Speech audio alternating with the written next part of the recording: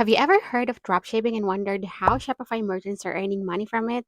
What's up, everyone? This is Desiree, a Shopify strategist, and in today's video, I am going to talk about dropshipping and how you can start selling online without inventory. Let's say, for example, this is the customer, this is your online store, and this is the supplier. Okay, so you as the merchant will need to find a supplier that will provide you with the items that you want to sell. So once you've successfully found a supplier, you will need to display their products on your online store.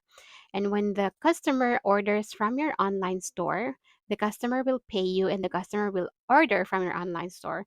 So you as a merchant will now order from the supplier and all the details will be automatically provided to the supplier on the drop shipping app that you're using. Then the supplier will pack and ship the items directly to the customer. There will be no details provided regarding the supplier, but all the details that your customer will see with the packing slip and all that will be your online store details. So once again, let me recap.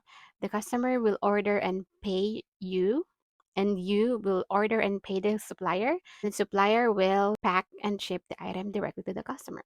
You as a merchant won't have to deal with inventory, packing, and shipping items. You can check the description to learn more and follow me for more Shopify tips.